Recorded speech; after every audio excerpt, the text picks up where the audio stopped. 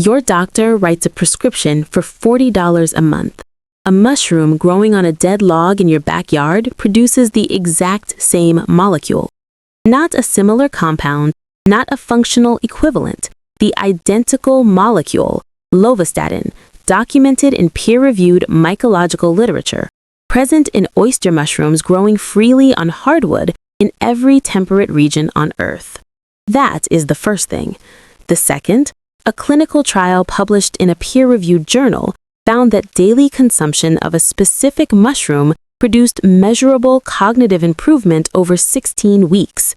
When consumption stopped, the improvement declined. When it resumed, the improvement returned. No synthetic pharmaceutical on the market reliably replicates that mechanism. The third, the method for growing both of these mushrooms at home was documented in writing over 1,000 years ago. It requires a dead log. It requires $5 of spawn. It has been public domain for a millennium. Someone decided you should not know how to do the math on that. This is mushroom log cultivation, not a technique, not a trend, a 1,000-year-old practice documented in Song Dynasty agricultural texts that ordinary farmers in rural China passed to their neighbors in a single afternoon on dead wood, mycelium, and thyme. Zhejiang Province, China, early 11th century. A shaded clearing above Qingwan, where the hardwood grows dense and the ground stays cool through summer. A farmer, whose name the Song Dynasty agricultural record preserves, Wu Sangquang, has been watching something. Where he fells certain trees and leaves the logs, a specific mushroom appears, dense, meaty, the kind the imperial court taxes because merchants will pay for it. He does not wait for nature to decide again. He picks up an axe and scores the bark deliberately, not to fell the tree, to wound it, to open it. He drives wooden wedges into the cuts, creating channels where nothing could enter before. Then he positions the log in the clearing and leaves it. The smell of split oak hangs in the air, bright and sharp at first, then deeper as the weeks pass and the wood begins its slow transformation. 4 months later, something pushes through the bark, then more, then a full eruption, mushrooms emerging from dead wood as though the log had been holding them in reserve the entire time, waiting for someone to ask. He has not discovered a mushroom, he has discovered a system, a relationship between dead wood and living fungus that he can now initiate, repeat, and scale, with no laboratory, no specialized equipment, no input beyond the axe already in his hand and the fallen trees already on the ground. His technique enters the Song Dynasty agricultural record. Farmers pass it to neighbors. Neighbors pass it to the next valley. By the time European traders arrive in China 700 years later, chroniclers describe log cultivation as a defining feature of rural village life. Ordinary farmers producing what imperial courts pay fortunes for. The knowledge moving freely because no one has yet figured out how to charge for it. That knowledge crosses no ocean. When the American mushroom industry develops in the 20th century, it builds from a different blueprint entirely. Pennsylvania's Chester County becomes the center of white button production. Companies including Giorgio Foods and Phillips Mushrooms control the market through pasteurized compost substrate, climate-controlled rooms, and proprietary spawn that farmers purchase every single cycle. You cannot save your own spawn. You cannot reuse substrate indefinitely. Every harvest requires a new purchase. The dependency is not incidental to the model, it is the model. Then the 1980s arrive. Shiitake and oyster mushrooms begin entering American markets, and with them comes a problem the industry had not faced before. These species grow naturally on wood logs. The cultivation method is over 1,000 years old. It is completely public domain. Anyone with a free log, $20 of spawn, and a drill can produce restaurant-quality gourmet mushrooms at home. No proprietary equipment, no mandatory substrate purchases, no ongoing dependency of any kind. The method that Song Dynasty farmers pass to neighbors in an afternoon threatens a market built entirely on the premise that you cannot do this yourself.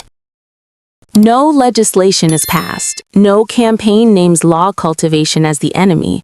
What happens is quieter than that and more effective.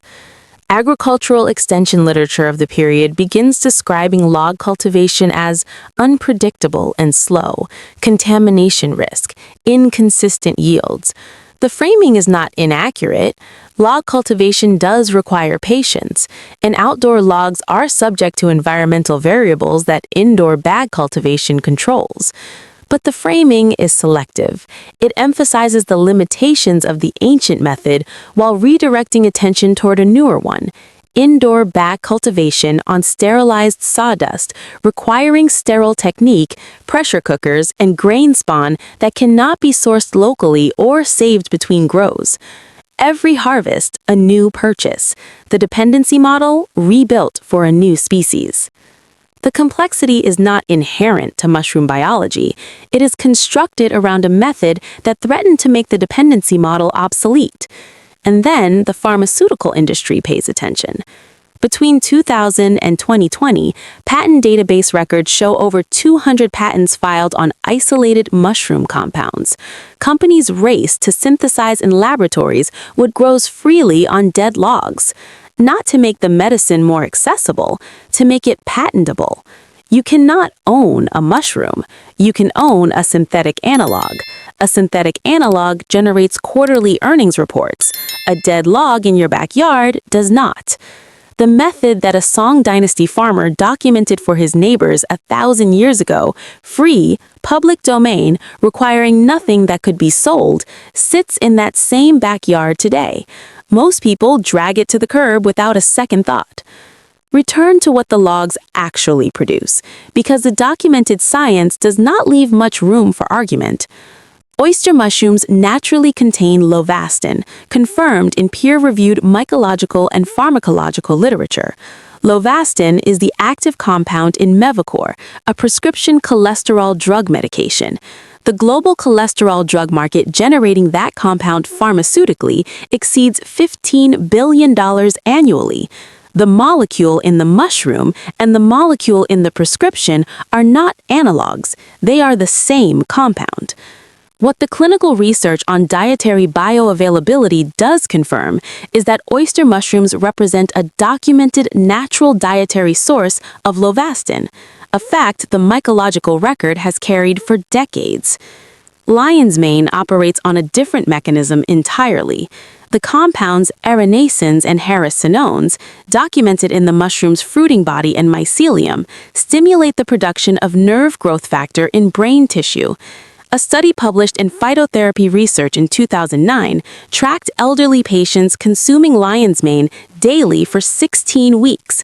Cognitive improvement versus the control group was significant and measurable. When supplementation stopped, the improvement declined. When it resumed, the improvement returned. That reversibility is not a side note, it is the finding. Evidence of a direct, ongoing biological relationship between the compound and the cognitive response. The University of Malaya confirmed the cellular mechanism in 2011. Erinacins cross the blood-brain barrier and directly stimulate nerve growth factor synthesis in brain tissue. The mechanism is not theoretical, it is documented at the cellular level. 200 patents filed, the industry knew exactly what these logs were producing. One log, conservative numbers only. A single shiitake log managed through its productive lifespan yields approximately 1 pound per flush, 3 flushes per year, over 4 years of production, 12 pounds of mushrooms from a log sourced for free and spawn costing $5. At $10 per pound wholesale, $120 from one log. At $20 per pound farmers market retail, $240. For specialty lion's mane sold directly to restaurants, $300 to $500 over the log's productive lifetime.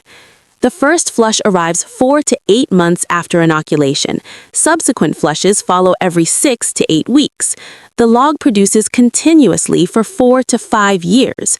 The spawn cost is paid once. Nothing else is purchased. The log was free. That is the math on one log. The viewer can count the hardwood trees visible from their window right now. Each one is eventual raw material. Each one is a log that a tree service will give away to avoid disposal costs. Each one is $5 of spawn away from producing the same compounds pharmaceutical companies spent 20 years trying to patent.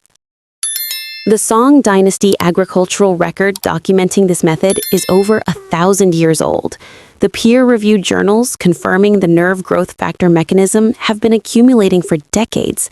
The patent database showing 200 filings on isolated mushroom compounds between 2000 and 2020 is public record. None of this was hidden. The Song Dynasty text was never classified. The phytotherapy research study was never retracted. The patents are searchable by anyone with an internet connection. So what does it mean that a method documented for a millennium, requiring a free log, $5, and the knowledge that a neighbor in 11th century China could pass on in an afternoon, became something the modern Western world believes requires expertise it does not have? Not through a law, not through a ban, through the sustained, deliberate reframing of what complexity looks like. Sit with that. The reframing did not reach everywhere. In the highland communities of Oaxaca, Mexico, the relationship between people and forest mushrooms was never interrupted by an industrial dependency model. Ethnomycological research published through the Universidad Nacional Autónoma de México documents the continuous, active practice of wild mushroom harvesting and semi-cultivation across Oaxacan indigenous communities, specific named species, specific named preparation methods, specific named communities where the knowledge has passed continuously from generation to generation without the industrial interruption that defined the American market. These are not communities preserving a historical artifact. They are communities for whom the question of whether mushroom cultivation requires proprietary inputs and sterile technique was never asked, because the answer was already known, had always been known, and had never been replaced with a more profitable one. The knowledge survived where the noise did not reach. It is still there. It is still practiced. The log cultivation that Song Dynasty farmers documented 1,000 years ago never stopped being passed from neighbor to neighbor in the places where no one arrived to complicate it. One step, not a manual, one step. Call a tree service in your area this week. Ask if they have hardwood rounds available. Oak, maple, or beech, no more than 3 months old. They will almost always say yes. They will almost always give them away. Disposing of hardwood rounds costs money. Your call solves their problem. Then go to North Spore, a verified supplier with documented sourcing standards, and order a bag of shiitake plug spawn, 100 plugs, $12 to $18, enough to inoculate 4 to 6 logs. That is the entry, the log and the spawn. Everything that follows, the drilling, the waxing, the stacking, the waiting, follows naturally from having those two things in front of you. 4 to 8 months from now, something will push through the bark of a log you got for free. The same thing Wu Sangquang saw pushing through the bark in a shaded clearing above Qinyan. The same thing that went into Song Dynasty agricultural texts. The same thing pharmaceutical companies spent 20 years trying to synthesize into something they could own. It was always just wood and time, and the knowledge that the two belong together. The method was never complicated. The complication was the product. This is before industry, an ongoing investigation into what sustained human civilization before industry decided self-sufficiency was a problem to be solved. The next report goes further back and deeper into documented suppression. Amaranth, a grain that fed entire Mesoamerican civilizations for thousands of years, was not displaced by market forces. Spanish colonial forces in the 16th century targeted it for deliberate eradication. The documented record of why and what it cost is one of the most specific and verifiable suppression stories this investigation has uncovered. If this record is what you came here for, hit that subscribe icon. The Amaranth Report is already in progress, and what it found does not stay quiet. See you in our next video.